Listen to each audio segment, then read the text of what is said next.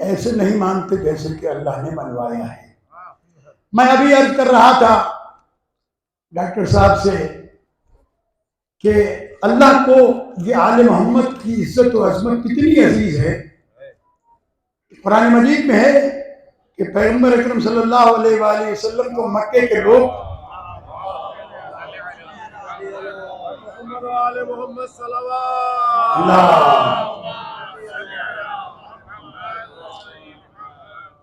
مکے کے لوگ پیغمبر کا تمسخر اڑانے کے لیے کہتے تھے راعنا، یہ لفظ ہے، راعنا کے معنی ہے رعایت کر ہماری، لیکن یہ لفظ بھیڑ بکریاں چرانے والے کے لیے بھی استعمال ہوتا تھا، لہذا مکے کے مشرک اس لفظ کو سرکار کے لیے استعمال کر کے مذاق بناتے تھے۔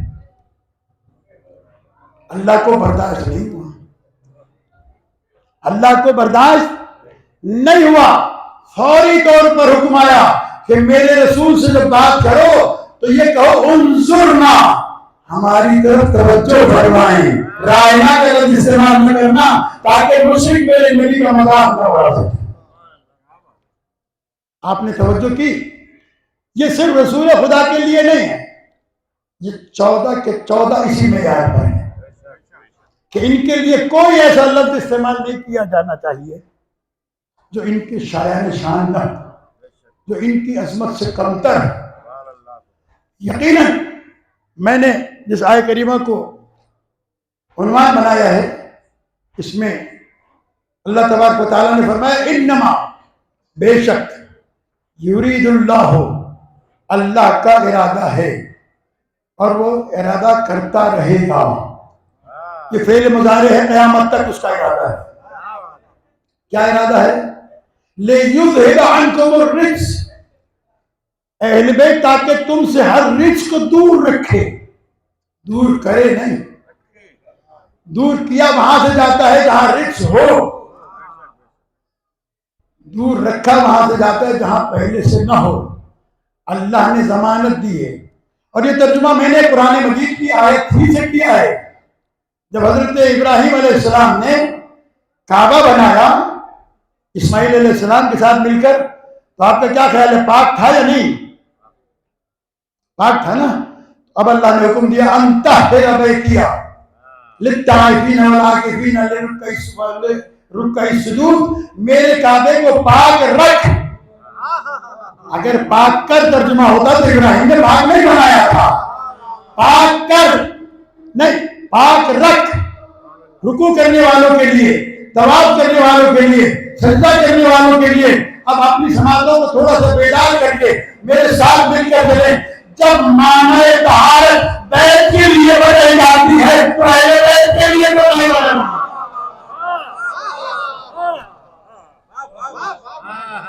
اب معنی بیت کے لیے بدل سکتی ہے، اور یہ اللہ تبارک تعالیٰ نے لِیُطَہِّرَکُم، تاکہ تمہیں پاک رکھے، اہل البیت، اے اہل البیت۔ یہ بات بھی میں آپ کے سامنے عرض کر رہا ہوں، شاید اس سے پہلے آپ نے یہ وضاحتیں نہ سنی ہوں، کیونکہ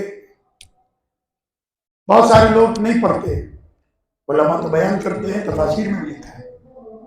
قرآن مجید میں لفظ بیت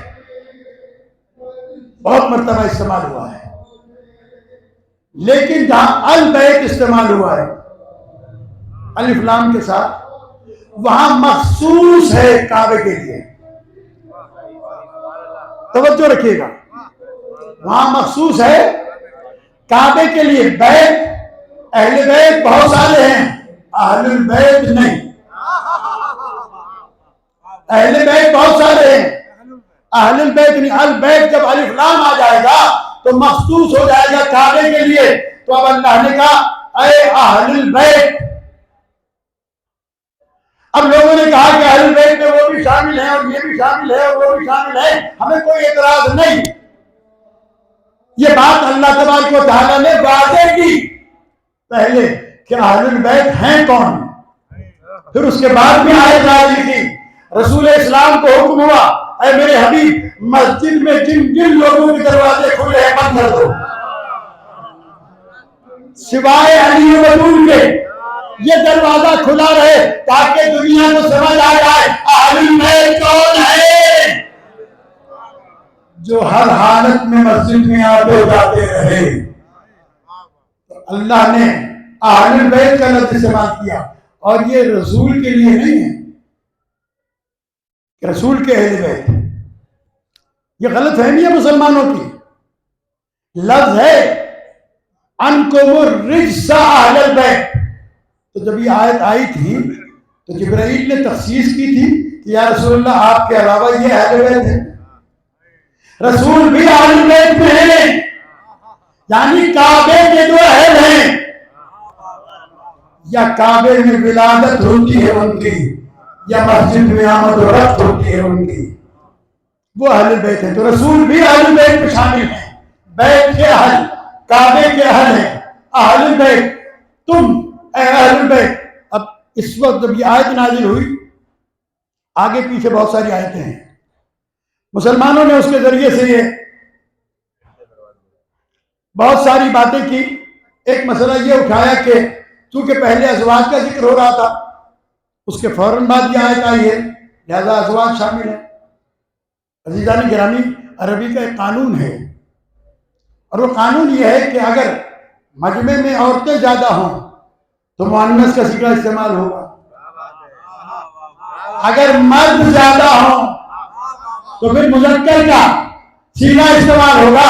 اللہ نے اس آیت میں مذکر کا صیغہ استعمال کیا ہے، مؤنث کا نہیں۔ اور اس وقت جناب ام المومنین حضرت ام سلمہ تشریف لائی تھی جب یہ 5 چادر میں تھے، جناب ام سلمہ تشریف لائی تھی اور چادر کا کونا پکڑ کے اجازت مانگی تھی، کیونکہ دیکھ رہی تھی کہ حسن اور حسین علیہ السلام بھی اجازت سے گئے، جو نماز کی حالت میں سجدے میں رسول کی پشت پر بغیر اجازت رہ جائے، آج اجازت لینے کے بعد آئے، کوئی یہ نہ کہہ دے کہ نواسے تھے آ گئے، بیٹی تھی آ گئی، داماد تھا آ گیا، وہ رسول جو وحی کے بغیر بولتا نہیں۔ اگر اجازت دے رہا ہے اور یہ اجازت مانگ رہے ہیں، انہیں بھی معلوم ہے کہ چادر میں کیوں آئے ہیں۔ حسن مجتبیٰ نے کہا آ جاؤں، آ جاؤ۔ حسین علیہ السلام نے کہا نانا آ جاؤں، آ جاؤ۔ مولا کائنات نے کہا آ جاؤں، کہا آ جاؤ۔ سیدہ کونین نے کہا آ جاؤں، کہا آ جاؤ۔ آئے جبرائیل، یہ 5 کے بعد 4 کے بعد جبرائیل آئے اور چادر کے باہر کھڑے ہو کر اجازت مانگی، اتأذن لی ان ادخل معکم۔ لیکن میں بہت مختصر کر رہا ہوں، یہ اشرے کا موضوع ہے جسے سمیٹ کر آپ کے سامنے، تاکہ میرے بچوں کے ذہن میں آئے تطہیر کا مفہوم تو آ جائے کم سے کم۔ یہ جو باہر کھڑے ہو کر جبرائیل اجازت مانگ رہا ہے تو میں پوچھوں جبرائیل، جب اللہ نے مجھے اجازت دے دی تو رسول میں کیوں مانگ رہا ہے؟ کہا میں جبرائیل ہوں، مسلمان نہیں، مجھے معلوم ہے اس درجے پر بغیر اجازت کے جاؤں گا، چل جاؤں گا۔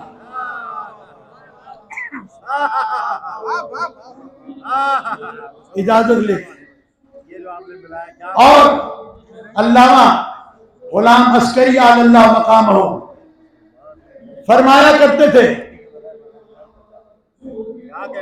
کہتے تھے کہ جبرائیل آئے تو کیا کہا اللہ سے کہ اتأذن لی ان اکون معہم سادسا، اے اللہ مجھے اجازت ہے کہ میں ان 5 کا چھٹا بن جاؤں۔ کہا جب رسول چادر میں آئے تھے تو مردم شماری فاطمہ کر رہی تھی۔ حسن نے پوچھا نانا کی خوشبو محسوس کر رہا ہوں، کیا تمہارے نانا چادر میں موجود ہیں؟ حسین آئے تو بی بی نے پھر مردم شماری کی، تمہارے نانا اور بھائی چادر میں ہیں۔ جب علی آئے تو فاطمہ زہرا نے مردم شماری کی، چادر میں تمہارے نانا ہیں، تمہارے دونوں بیٹے ہیں، آ گئے پیغمبر اکرم علیہ السلام بھی جب شہزادی آئی تو اب مردم شماری کرنے والا کوئی نہ رہا، اسے جبرائیل نے پورا کیا تاکہ دنیا سمجھ لے کہ اہل بیت میں 5,000 کوئی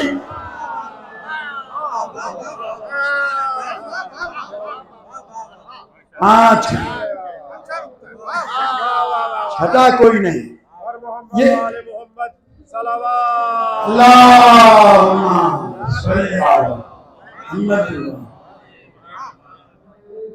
کن یکون معہم سادسا۔ آگے جبرائیل آیت تطہیر نازل ہوئی، لیذھب عنکم الرجس اہل البیت، اہل بیت تم سے رجس کو دور رکھے۔ رجس کیا ہے؟ رجس خون، انسان کی غلاظتیں، مردار، سور، شراب، یہ غذا کی نجاست ہے، حرام خوری، اور سب سے بڑی نجاست ہے جھوٹ۔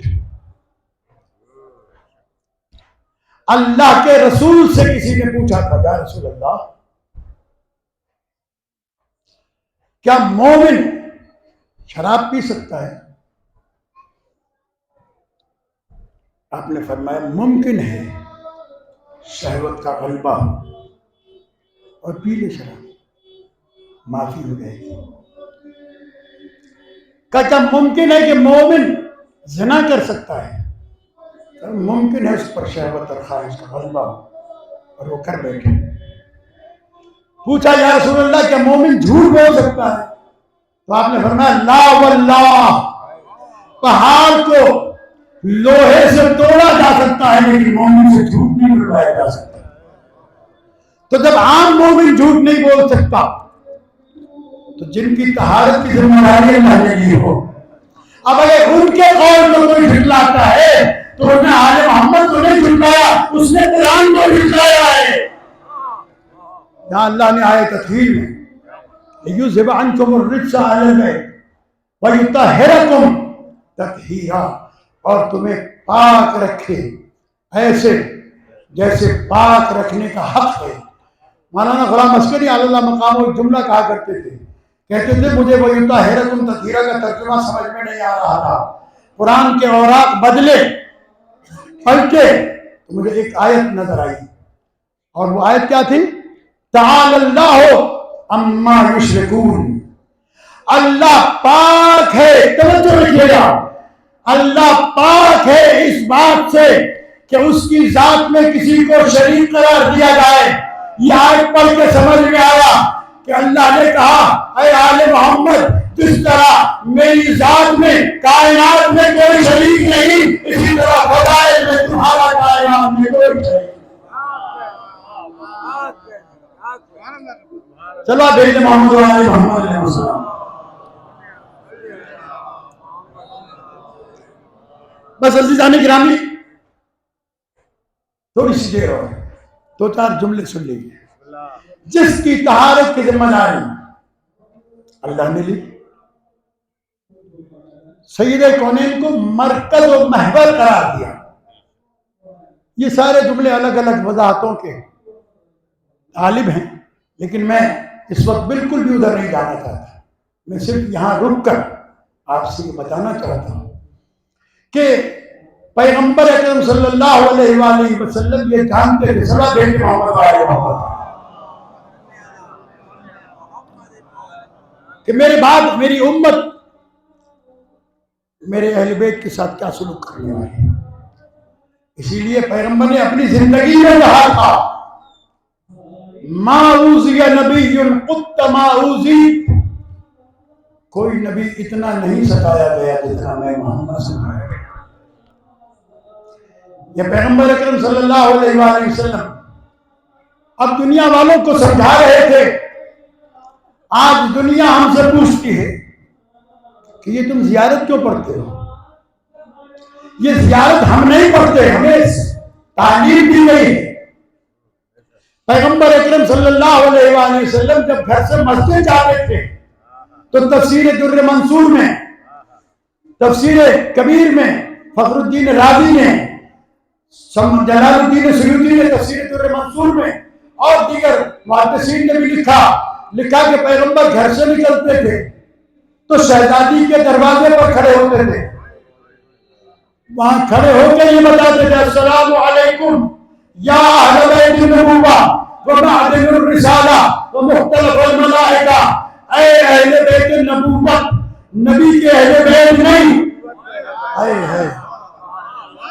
یہی ہمارا ممبر عقائد میں کمزور ہو گئے، بچوں کو بات جلدی سمجھ میں آتی نہیں، تو بچوں میرے ذرا میں کہنا کیا چاہتا ہوں، السلام علیکم یا اہل بیت النبوہ، نبوت منصب ہے، نبی شخص ہے، پیغمبر یہ نہیں کہہ رہے کہ میرے اہل بیت پر سلام، میرے منصب کے اہل بیت پر سلام، میری نبوت کے اہل تم پر سلام۔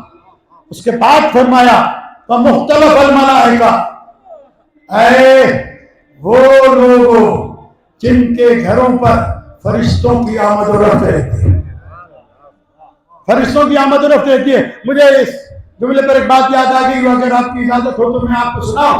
امام احمد بن حنبل مسلمانوں کے 4 فرقوں میں ایک بڑا فرقہ ہے، ان کی 15 جلدوں پر مشتمل مسند ہے، اور میں نے صرف ایک حدیث کے لیے وہ 17,000 روپے کی خریدی ہے۔ اس میں یہ روایت لکھی ہے کہ ایک برادر کلمہ گو شیعوں کے ساتھ دوستی ہوتی ہے، ہاتھ پکڑ کر لے گیا امام احمد بن حنبل کے پاس، کہنے لگا کہ امام یہ بتائیں کہ نبی کے پاس جبرائیل کتنی دفعہ آئے تھے؟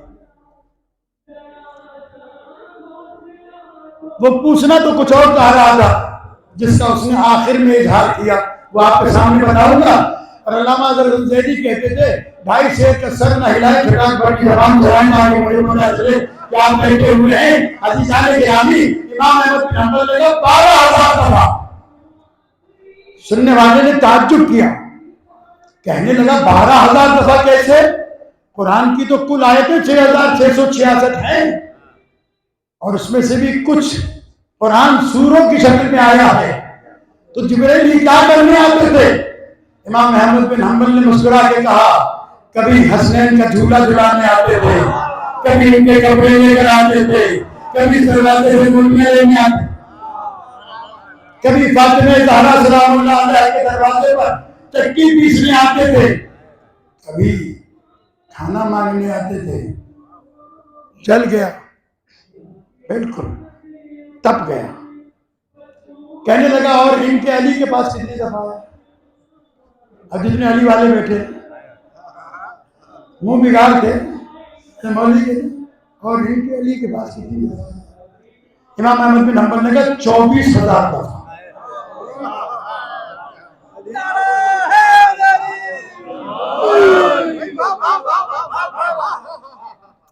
24,000 مرتبہ، بالکل ہی سڑ گیا، کہنے لگا 24,000 مرتبہ علی کے پاس، رسول کے پاس 12,000 مرتبہ، تو کیا تم نے علی کو رسول سے بڑھا دیا؟ کیا بڑھانے گھٹانے کی بات نہیں؟ کیا تم نے حدیث نہیں سنی کہ پیغمبر نے کہا انا مدینہ العلم و علی بابها، علی شہر علم ہے، علی اس کا دروازہ ہے، میں اس سے شہر علم کا، میں شہر علم ہوں، علی اس کا دروازہ ہے، جبرائیل امین ہے، چور نہیں، آتا بھی دروازے سے تھا، جاتا بھی دروازے سے تھا۔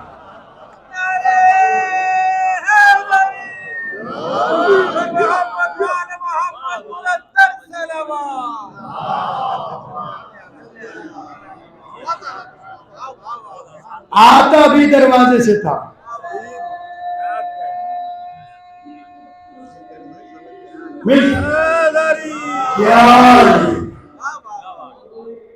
اور اسی لیے جن لوگوں نے حج اور عمرہ کیا ہے وہ جانتے ہیں کہ مسجد نبوی کا ایک دروازہ ہے جس دروازے کا نام ہے باب جبرائیل، یاد ہے نا حاجی صاحب؟ اس دروازے کو حج کے سیزن میں مسلمان بند کر دیتے ہیں۔ کیوں؟ سارے دروازے کھلے رہتے سوائے دروازے، کیونکہ یہ دروازہ کھلتا ہے سیدہ کونین کے حجرے میں۔ دروازے سے داخل ہو گئے حجرے میں. عام مسلمانوں کو یہ روایت بتائی گئی کہ پیغمبر نے فرمایا کہ بینا روضتی و منبری روضۃ من ریاض الجنہ، میری قبر اور منبر کے درمیان ریاض الجنہ ہے. تو سارے مسلمان وہیں ٹکے رہتے، جبکہ انہیں یہ پتہ نہیں کہ پیغمبر کی قبر کے ساتھ کس کی قبر ہے. وہ سیدہ کونین صلوات اللہ علیہ کا گھر ہے، اس گھر میں ریاض الجنہ سے بھی زیادہ ثواب ہے نماز پڑھنے کا. اصل ریاض الجنہ بھی وہی. اس لیے شہزادی کے اس دروازے کو بند اس لیے کیا جاتا ہے. باقی تو انہوں نے مسجدیں نابود کر دی، منہدم کر دی. اور اب بھی دیکھیں آپ کہ عجب ہے کہ ابھی پارا چنار کے مومنین کو جو قتل کیا گیا، شہید کیا گیا، ان پر پتھراؤ اور گولیاں مسجد سے چلائی گئی. عزیزان گرامی، یہ کن پر گولیاں چلائی گئیں؟ جو علی والے تھے. کل پیغمبر نے جب پہلی مسجد بنائی تھی، مسجد قباء، تو اس کے مقابلے میں منافقین نے مسجد ضرار بنائی تھی. پیغمبر نے فرمایا، پیغمبر سے آگے کہا گیا تھا یا رسول اللہ، ہمارا دل چاہتا ہے کہ آپ ہماری مسجد پہ بھی آ کر نماز پڑھیں. اللہ کی آواز آئی، اے میرے حبیب، تو اس مسجد میں مجھے اچھا لگتا ہے جس کی بنیاد تقویٰ پر رکھی گئی. وہ پہلی مسجد کی بنیاد علی علیہ السلام کے ہاتھوں سے رکھوائی گئی تھی، اور پیغمبر کو حکم ملا یہ جو مسجد منافقین نے بنائی ہے یہ جا کر جلا دو، خاکستر کر دو، اس کو خاک بنا دو، اسے مسجد ضرار بنا دو. شاید لوگ نہ مانتے اگر سورہ توبہ میں اس کا ذکر نہ ہوگا. بس میں ایک بات جاننا چاہتا ہوں، جو اللہ علی کی دشمنی میں مسجد کو قبول نہ کرے اور میرے سے دوسرے منصب سے قبول نہ کرے.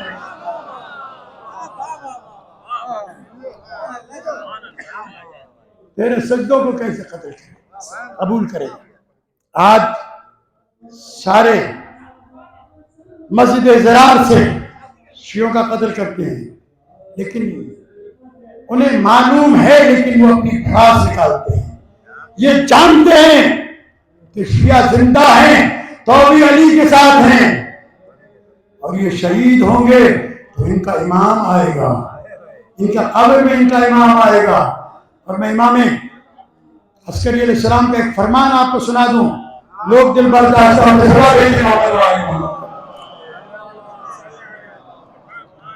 امام فرماتے ہیں، القتل معنا خیر من الحیات مع غیرنا. ہمارے دشمنوں کے ساتھ زندہ رہنا ہمارے ساتھ قتل ہو جانا بہتر ہے. ہمارے دشمنوں کے ساتھ رہنے سے قتل ہو جانا، ہمارے ساتھ رہ کر قتل ہو جانا زندہ رہنے سے بہتر ہے. والفقر معنا خیر من الغنى مع غیرنا. ہمارے غیروں کے ساتھ رہ کر مالدار رہنا اس سے بہتر ہے ہمارے ساتھ رہ کر فقیر رہنا. اس لیے کہ فقر اور غنا دنیا کی دولت کا نام نہیں. فقیر وہ ہے جس کے پاس آل محمد کی ولایت نہیں ہے، اور اس سے بڑا غنی کوئی نہیں جس کے پاس آل محمد کی ولایت ہے. اس لیے آپ نے دیکھا ہوگا کہ شہیدوں کی تصویریں چل رہی تھی. میں نے دیکھا ایک جوان کے چہرے پر ایسی مسکراہٹ تھی جس سے اندازہ ہو رہا تھا کہ اس نے کھلی آنکھوں سے اپنے امام کو دیکھا تھا، کھلی آنکھوں سے اپنے امام کو دیکھا تھا. اور یہ ہمارے عقیدے اور ایمان میں اضافے کا باعث ہے. اگر اسے تکلیف ہوئی ہوتی تو چہرہ مرجھاتا تھا. اس نے مولا کو دیکھا. تو عزیزان گرامی، اگر یوسف کو دیکھ کر کنان کی عورتیں سنترے کے بجائے اپنی انگلیاں کاٹ لیں، تو جس یوسف کو علی کے حسن کا صدقہ ملا ہو، اس علی کو دیکھ کر کسے پتا چلے گا کہ بات کب آ گئی. عزیزوں، بڑا مشکل دور ہے، جس دور میں عقیدے اور ایمان کو بچانا مشکل ہے. اتنا ہی جتنا دہتا ہوا انگارہ ہاتھ پر لے کر کھڑا ہوں. اسی لیے ایک روایت اور مسائل کے ترجمے ہے. شہزادی نے جو خطبہ دربار میں کہا اس کے لیے چھٹے امام کی فرمائش. فرماتے ہیں شیو اپنے بچوں کو میری دادی کا خطبہ یاد کرا. یہ وصیت ہے. کیوں؟ اس لیے کہ امام جانتے تھے کہ آخری وقت میں عقائد خراب ہوں گے. شہزادی نے 23 سال میں نازل ہونے والے قرآن کا خلاصہ 1 گھنٹے میں کیا ہے. لیکن علامہ حسین بس جھاڑا فرمایا کرتے تھے, کہتے تھے یہ خطبہ عربی کا اگر آپ 20 منٹ میں تیزی کے ساتھ پڑھنا چاہیں تو 20 منٹ میں ختم کر سکتے ہیں, لیکن جب نبی زادی پڑھ رہی تھی تو کئی گھنٹے گزر گئے. وہ بیٹی جس کی تعظیم کو پیغمبر کھڑے ہوتے, وہ بیٹی جس کا ہاتھ چومتے تھے, وہ بیٹی جسے اپنی مسند پہ بٹھاتے تھے, وہ بیٹی جسے اپنا جز بتاتے تھے, وہ بیٹی جسے کائنات کی نجات کا سبب بتاتے تھے. عزیزان گرامی, وہ بیٹی دربار میں کھڑی رہی, کسی نے نہ کہا کہ بیٹھ جا. عزادارو, شہزادی جب واپس آئی ہے نا دربار سے,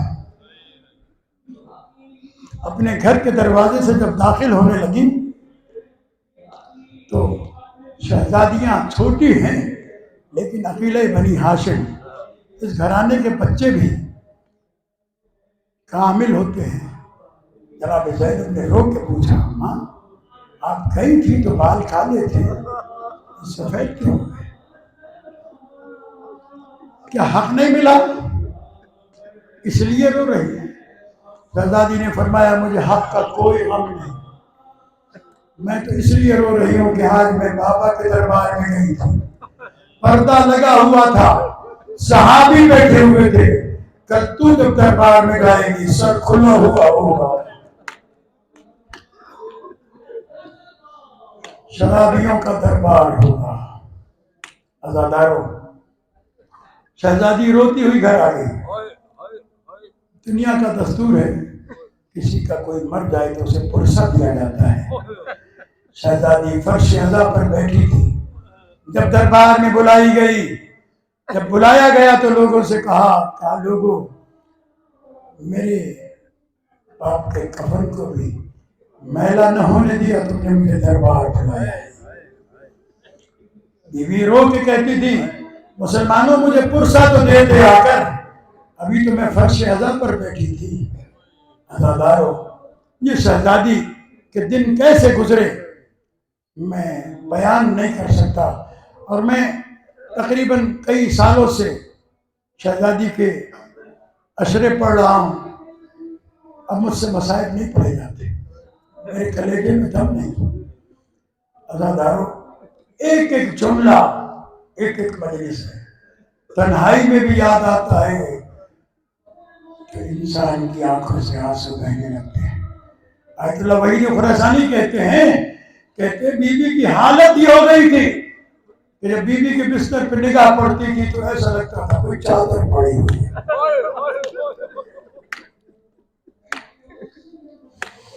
یہ محسوس نہیں ہوتا تھا کہ اس چادر کے نیچے بھی کوئی ہے. عزادارو, وہ بی بی جس کی تعظیم میں بابا کھڑے ہوتے, جب مولا کائنات کے گلے میں رسی باندھ کر لے جایا گیا, شہزادی دونوں بچوں کا ہاتھ پکڑ کر بابا کے روضے پر آئی. روزانہ آ کر سلام کرتی تھی, آج سلام نہیں کیا, آج ایک کونے میں بیٹھ گئی. حسنین علیہ السلام سے کہا جاؤ نانا کو سلام کرو, اور کہو نانا اٹھ کر دیکھو تو صحیح ہماری اماں کی حالت کیا ہے. نانا جس کی تعظیم کے لیے کھڑے ہوتے تھے دیکھیں تو صحیح آج اس کی حالت کیا ہو گئی ہے. عزادارو, جناب سیدہ سلام اللہ علیہا کہتی ہیں حسنین علیہ السلام سے, بیٹو میرے سامنے بیٹھو, تم آمین کہنا میں بد دعا کرتے ہو, تمہاری عظمت ناقہ صالح کے بچوں سے کم نہیں، اور میری عظمت ناقہ صالح سے کم نہیں۔ میں دعا کروں گی، بد دعا کروں گی، تم آمین کہنا۔ ابھی شہزادی کے ہاتھ اٹھے تھے کہ ایک مرتبہ مسجد نبوی زمین سے اٹھنے لگی، کہتے اتنی اٹھی کہ نیچے سے آدمی اونٹ پر بیٹھا ہوا گزر سکتا تھا۔ مولا کائنات نے دیکھ کر فرمایا سلمان جلدی کر، مجھے لگتا ہے قیامت تو نہیں آئی ہے۔ نبی زادی نے بد دعا کے لیے ہاتھ اٹھائے، اگر فاطمہ نے بد دعا کر دی ایسا نہ ہو کہ دنیا تباہ ہو جائے۔ جناب سلمان آئے، دروازے پر کھڑے ہوئے آواز دی، فضا شہزادی کہاں ہے؟ کہ شہزادی اپنے بابا کی قبر پر گئی ہے۔ سلمان آئے، باہر سے کھڑے ہو کر آواز دی کہ السلام علیکم یا بنت رسول اللہ، نبی زادی میرا سلام قبول ہو، نبی زادی بد دعا نہ کرنا، بد دعا نہ کرنا۔ آواز آئی کہ سلمان کیسے بد دعا نہ کروں، میرا محسن شہید ہوا، میں نے صبر کیا، میرا دروازہ جلا، میں نے صبر کیا، جلتا ہوا دروازہ گرا، میں نے صبر کیا، میرا حق چھنا، میں نے صبر کیا، لیکن اب علی کے گلے میرا سلمان کر لے گئے ہیں، اب مجھ سے برداشت نہیں ہوتا۔ عزادارو جناب سیدہ سے حضرت سلمان نے کہا کہ شہزادی مجھے ابو الحسن نے بھیجا ہے، یہ جملہ سنا۔ شہزادی نے دونوں ہاتھ نیچے کیے، ابو الحسن میری جان قربان۔ عزادارو یہی شہزادی علامہ حسین بجاڑہ فرمایا کرتے تھے، میں ایک جگہ مجلس پڑھ کے ممبر سے اترا تو میں نے دیکھا کہ فرش اعلیٰ سے سب اٹھ گئے ہیں، ایک خوبصورت جوان ہے جو میری شکل دیکھ کر روتا ہے۔ میں اس کے قریب گیا، میں نے پوچھا تجھے کون سی ایسی مصیبت دل کو لگی ہے؟ کہا مولانا میں ہڈیوں کا ڈاکٹر ہوں، مولانا میں ہڈیوں کا ڈاکٹر ہوں، میں جانتا ہوں جس کی پسلیاں ٹوٹ جائے وہ سانس نہیں لے سکتا، خدا جانے اتنے دن بیوی میں زندگی دے سکتے۔ ہاں عزیزان گرامی، بس میں نے دو جملے کہے، ایک دو جملے اور سن لیجیے۔ عزادارو جب شہزادی کی وفات کا دن آیا، شہادت کا دن آیا، مولا کائنات باہر تھے، واپس آئے تو دیکھا گھر میں جھاڑو بھی ہو چکی، کھانا بھی بن چکا، بچوں کے کپڑے بھی بدلے جا چکے۔ شہزادی کے قریب آئے، کہا بنت رسول میں نے کبھی تمہیں ایک وقت میں دو کام کرتے نہیں دیکھا، آج کیا ہو جائے کہ اتنی جلدی گھر کا کام؟ پہلی مرتبہ باپ کے بعد بیوی مسکرائی۔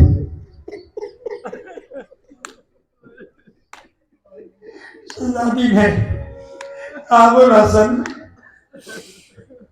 آپ باہر چلے گئے تھے، میں بستر پہ لیٹی تھی، یوں تو روزانہ میرے بابا میرے خواب میں آتے تھے، لیکن آج میری ماں کے ساتھ آئے تھے۔ فاطمہ آپ لینے آئے ہیں، میری مصیبت کے دن تمام ہو گئے۔ ابو الحسن میں دنیا سے جانے والی ہے، فاتح خیبر جیسا شجاع مرد روتے روتے زمین پر بیٹھے، ہاتھوں کو جوڑ کر کہنے لگی فاطمہ بابا کے پاس جا کر میرا شکریہ کرے۔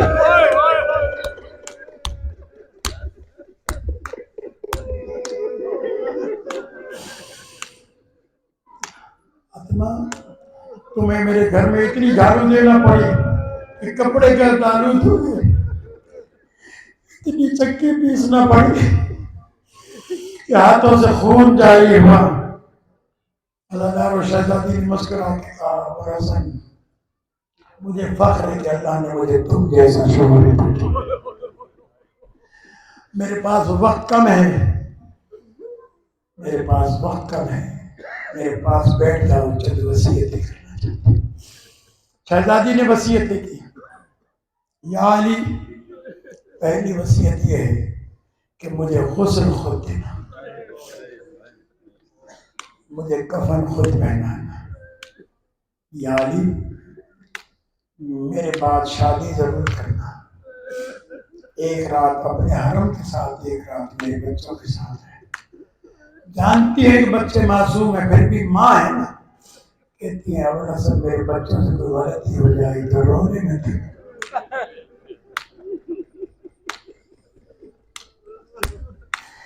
کاش میں وصیتیں پوری بدل۔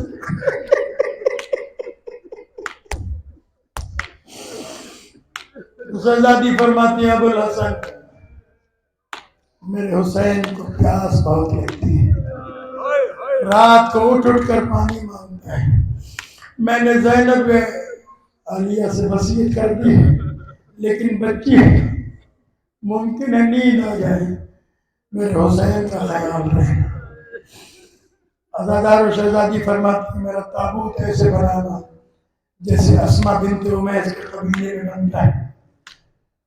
ابو الحسن میرے جنازے میں وہ نہ آئیں جنہوں نے میرا محسن قتل کیا۔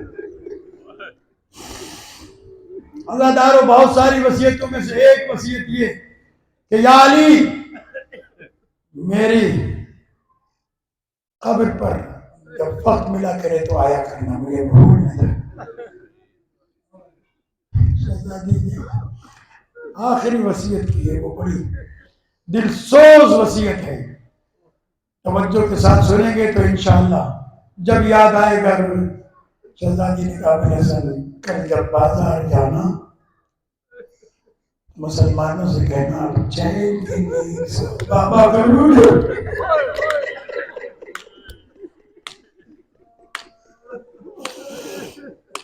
بابا کو رونے والی چلی۔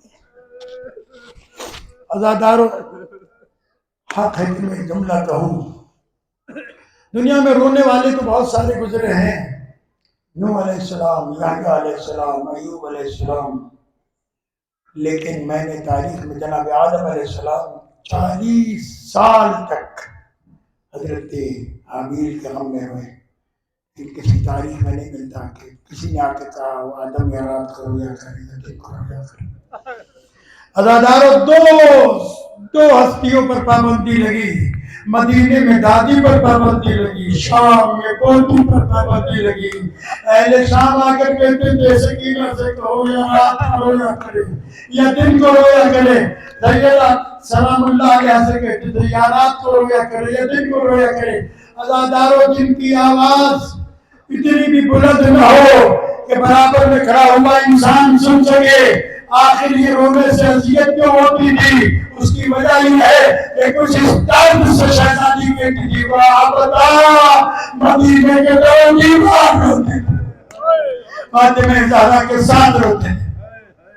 عزاداروں مولا سے وصیتیں کی، مولا کسی کام سے باہر گئے، شہزادی اپنے حجرے میں آئیں، بس آخری کلمات۔ عزاداروں جناب زینب عالیہ کو قریب بلایا، کہا میرے قریب آؤ۔ شہزادی آئیں، کہا دیکھو وہ صندوق چا رکھا ہے اٹھا کر لاؤ۔ جناب زینب عالیہ وہ صندوق چا اٹھا کر لائیں۔ شہزادی نے کہا کھولو اسے، بیوی نے کھولا۔ شہزادی نے پوچھا اماں کیا ہے یہ؟ کہا اسے باہر نکالو۔ کہا یہ میرا کفن ہے، جب مجھے غسل دے کر علی مانگے ابو الحسن مانگے تو دے دینا۔ اس کے بعد دوسرا کفن نکلوایا، کہا اماں یہ کس کا ہے؟ کہا 21 رمضان کو جب حسن تم سے کفن مانگے تو یہ بابا کے لیے لے لینا۔ عزاداروں توجہ رکھیے گا، بڑی قیامت خیز بات آپ کی خدمت میں عرض کرنے جا رہا ہوں۔ تھوڑی دیر کے بعد پھر شہزادی نے کہا تیسرا کفن نکالو۔ تیسرا کفن نکالا، کہا اماں یہ کس کا ہے؟ کہا یہ حسن مصطفیٰ کا کفن ہے، جب 28 صفر کو حسین مانگے تو دے دینا۔ اس کے بعد شہزادی نے کہا اب اسے بند کر دو۔ جب کہا کہ بند کر دو تو ایک مرتبہ شہزادی نے رو کے کہا اماں میرے حسین کا کفن کہاں ہے؟ آواز آئی زینب تیرے حسین کو کفن کی ضرورت نہ ہوگی، آئے میرا حسین بے گوروں کو بندر بنایا جائے گا، بے گوروں کو بندر بنایا جائے گا۔ بس اللہ تعالیٰ میں نے مختصر کیا، شہزادی نے شہزادی کی روح نے پرواز کی، رات کا وقت آیا، عزادارو امیر المومنین نے جب غسل دینا شروع کیا تو فرمایا بچوں کو بلا کر دیکھو تمہاری ماں نے وصیت کی ہے کہ مدینے والے اس کے جنازے میں نہ آئیں، مدینے والے جنازے میں نہ آئیں، لہذا روئے نہ کوئی، آواز سے نہ روئے، ایسا نہ ہو کہ ان کو پتہ چل جائے۔ لیکن عجیب بات ہے کہ جو علی خود روک رہے تھے، جب شہزادی کو غسل دینا شروع کیا اور سینے سے ہاتھ ہٹایا، فاتح خیبر کی چیخ نکل گئی، آواز آئی مجھے نہیں بتایا کہ پسلیاں ٹوٹی ہوئی ہیں۔ ادادارو اس زور سے روئے علی کہ جناب ویسا نے پوچھا مولا ہمیں کو روکا تھا، خود کیوں روئے؟ کہا میں کیسے برداشت کروں، یہ دو جنازے ہیں جن کو غسل دینے والے غسل دے کر الگ ہوا، ایک سیدہ کونین کا جنازہ، ایک سیدہ سکینہ کا جنازہ۔ جب کرتا اتارنا چاہا کان اترنے لگی، آواز آئی سید سجاد میں اسے کیسے غسل لوں؟ ارے جب میں کرتا اتارتی ہوں کان ساتھ اترتی ہے۔ مولا کون سی بیماری تھی؟ رو کر کہا میری بہن کو کوئی بیماری نہ تھی، آئے سیدہ نے کربلا سے شام تک اتنے تازیانے کھائے کہ کرتا جسم کے ساتھ مجھے کو گیا۔ بس اللہ بہت ساری روایتیں چھوڑتا ہوں۔ شہزادی کے جنازے پر تیار کرنے کے بعد بلایا گیا، شہزادے آئے، رات کی تاریکی میں جنازہ اٹھا، میں آخری جملے کہنے جا رہا ہوں۔ عزادارو لے کر آئے قبر کے پہلو میں شہزادی کا لاشا رکھا، وہ مرثیہ بحر الانوار میں بھی موجود ہے، فاطمہ من المہد الی اللحد میں یہ مرثیہ لکھا ہوا مولا کائنات کا جو آپ نے قبر رسول پر پڑھا ہے۔ اس کے چند جملے سن لیجئے، میں یہ سماعت کر رہی ہوں۔ آواز دے کر کہا السلام علیکم یا رسول اللہ، اللہ کے رسول میرا سلام قبول ہو۔ اللہ کے رسول آپ کی بیٹی آ کر بتائے گی کہ آپ کے بعد امت نے ہمارے ساتھ کیا سلوک کیا۔ اس کے بعد جو جملہ کہا نا اللہ کے رسول آپ کے دنیا سے جانے کے بعد جو مصیبتیں علی پر آئی، میں جا کر فاطمہ سے کہہ کر اپنا دل ہلکا کر لیتا تھا، اب میں گھر میں اکیلا ہوں، بتائے میں کچھ بیان کروں میں بچوں کو پرسا بچوں کو سنبھالوں۔ اور اس کے بعد آخری جملہ کہا یا رسول اللہ قبر میں اتارنے والے دو ہوتے ہیں، ایک باہر ہوتا ہے کم سے کم ایک قبر میں لاشا لینے والا، یا رسول اللہ میرے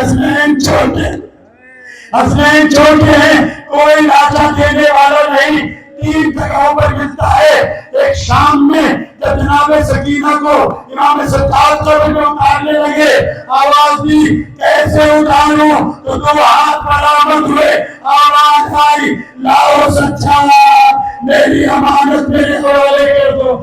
جب کربلا میں امام حسین کو اتارنے لگے، آواز آئی سید کونین کی، آواز آئی لاؤ سچا میرا حسین میرے حوالے کر دو۔ اور جب قبر میں علی مرتضیٰ اتارنے لگے، 2 ہاتھ برآمد ہوئے، آواز آئی یا علی لاؤ فاطمہ۔